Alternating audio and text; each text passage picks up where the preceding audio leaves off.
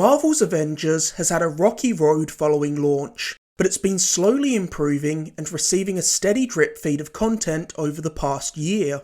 I've played all of the post-launch content, and while I still think the game is deeply flawed, it's become something of a comfort food game for me, and I've enjoyed most of the DLC content and thought that Kate Bishop and Hawkeye were both really fun additions to the game, with Kate quickly becoming one of my mains. Now, Marvel's Avengers is getting its most substantial DLC drop yet, in the form of War for Wakanda, an expansion that adds several hours of new story content, new enemy types, and a whole new biome in the form of Wakanda. It also, of course, introduces the King of Wakanda himself, Black Panther, as a playable character. And while War for Wakanda doesn't address a lot of Avengers' most glaring issues, it's a solid piece of DLC that's definitely worth jumping back in for, especially seeing as it's free for everybody who already owns Avengers. Black Panther is handled perfectly in just about every way in War for Wakanda. He's fun to play as, he's got a great character design, and Christopher Judge, who's probably best known for playing Kratos in the 2018 God of War, delivers an absolutely fantastic performance that allows this Black Panther to feel unique from other versions we've seen in games, TV, and of course in film.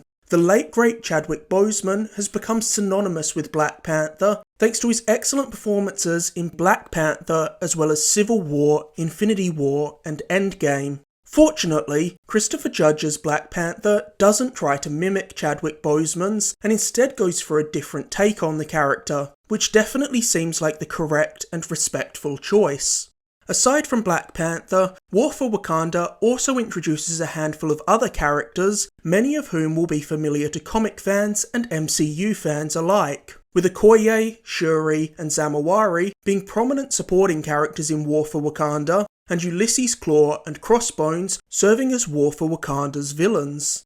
Marvel's Avengers has an all-star lineup of talent voicing its characters, and War for Wakanda is no different. As I mentioned before, Christopher Judge plays this version of Black Panther, Okoye is voiced by Deborah Wilson, Zavawari is played by Dave Fennoy, Shuri is played by Erica Luttrell, and Stephen Blum voices Claw. The entire cast does a great job, though Christopher Judge is easily the standout. Though this shouldn't come as too much of a surprise, as the DLC is focused on Black Panther, so he definitely gets the most to work with. The story of War for Wakanda introduces a couple of interesting concepts, like T'Challa shutting off Wakanda from the rest of the world following A-Day, and Claw launching a full-blown invasion of Wakanda. And while Claw is handled well and serves as a genuinely menacing presence, who thinks his actions are justified due to his father's perceived mistreatment by Wakanda, the overall story is largely quite forgettable. There's a whole subplot about corrupted vibranium being released across the world, which is pretty uninteresting, and one of War for Wakanda's major missteps is the introduction of a conflict that's causing tension between T'Challa and Shuri.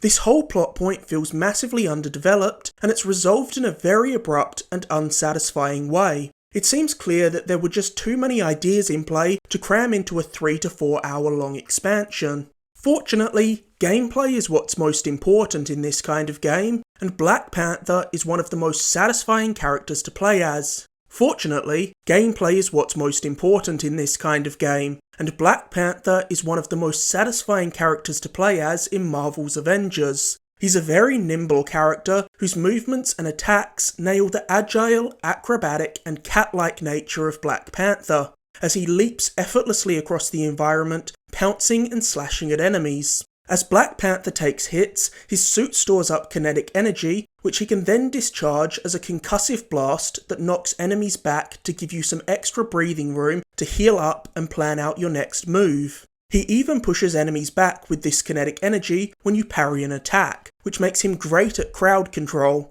Black Panther has one of the most well-rounded sets of special abilities in the Avengers roster, which makes him extremely powerful once you level him up.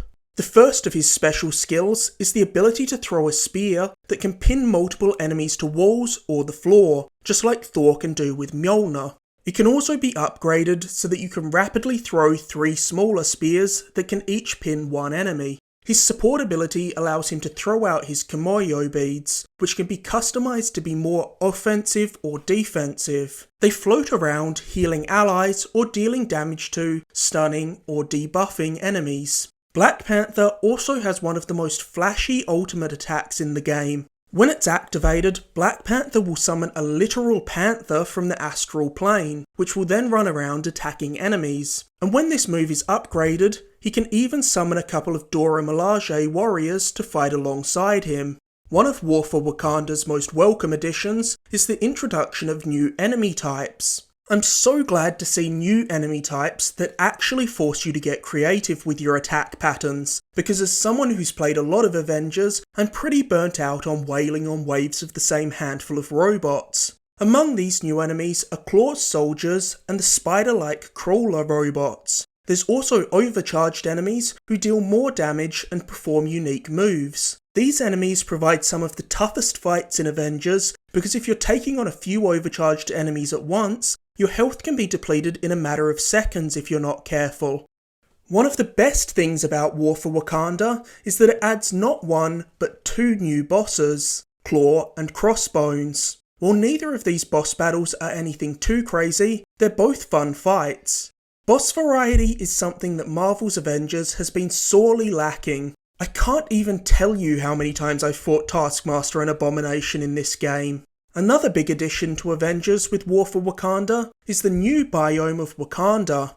This DLC does a fantastic job of recreating the vibrant land of Wakanda.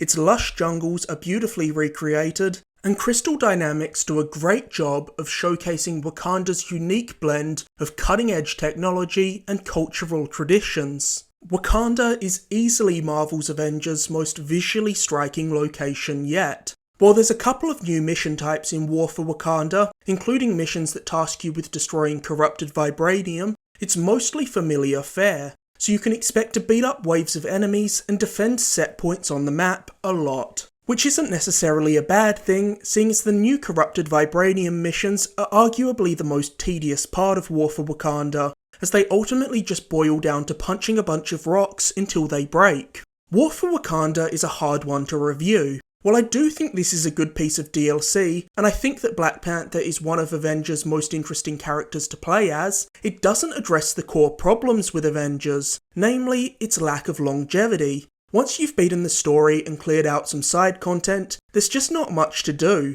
unless you want to grind Black Panther up to level 150 by playing the same missions over and over again. This is fun for a while, but I don't imagine it'll incentivize most players to stick around too long.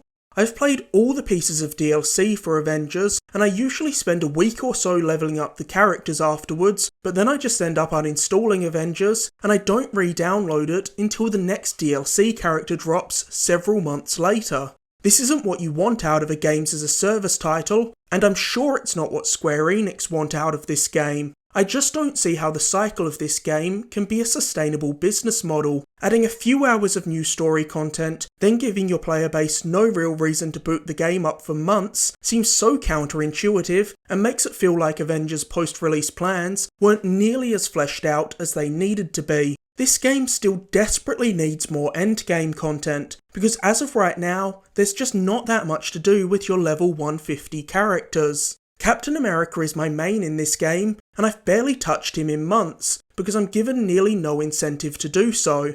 The reason I'm so critical of this game is because I genuinely do like it. I've put about 150 hours into Avengers. I really love the core gameplay, and I want this game to succeed, but over a year after launch, it's still plagued with many of the same issues it's always had.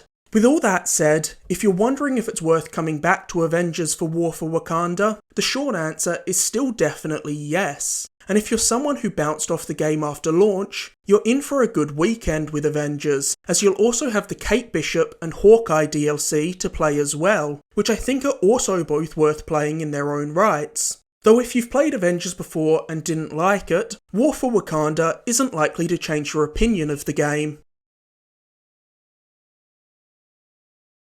Thanks for watching. If you enjoyed this video, be sure to like, subscribe, or leave a comment. You can find countless other videos on my channel, including reviews and conference recaps. and be sure to stay tuned for my upcoming reviews of Ghost of Tsushima's Iki Island expansion, Aliens Fireteam Elite, and Sonic Colors Ultimate.